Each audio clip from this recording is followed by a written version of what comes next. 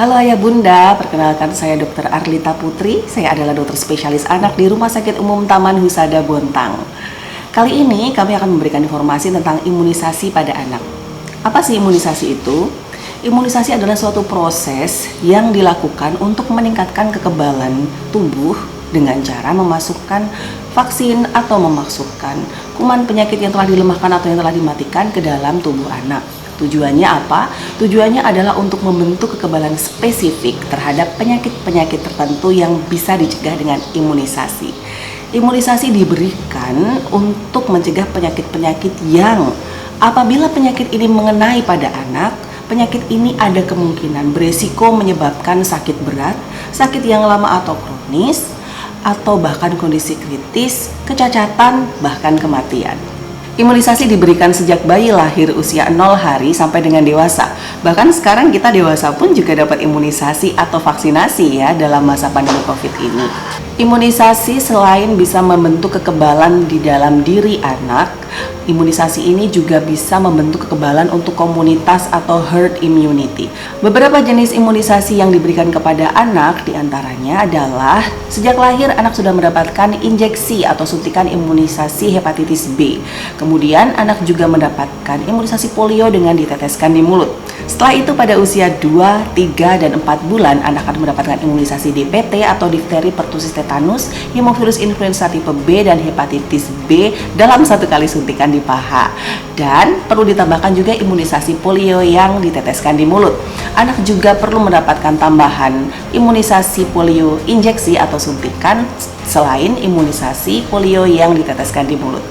Pada saat usia 9 bulan, anak perlu mendapatkan imunisasi MR atau measles rubella atau campak rubella, diberikan dengan cara disuntikkan satu kali saja. Setelah usia 1 tahun, anak nanti perlu mendapatkan booster atau dosis ulangan.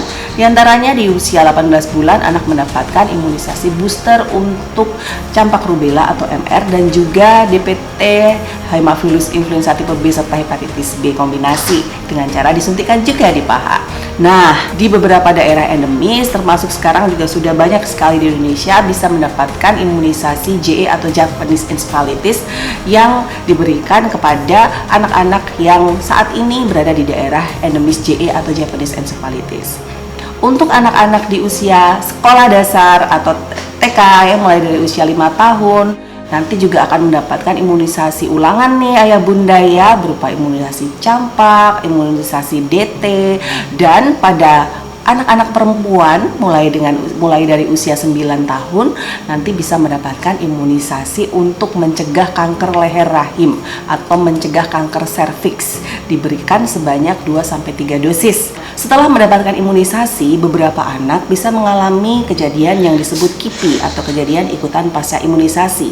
Yang paling banyak terjadi biasanya anak bisa mengalami demam, baik dengan suhu subfebril maupun dengan suhu febril.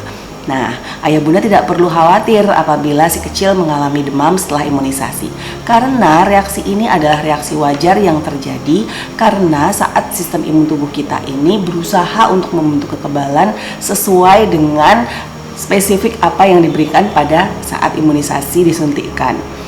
Pada saat anak demam, apabila memang suhunya di atas 38 derajat Celcius, Ayah Bunda bisa membantu si kecil untuk memberikan paracetamol atau obat penurun panas supaya si kecil lebih nyaman dan tidak cranky pada saat demam setelah imunisasi.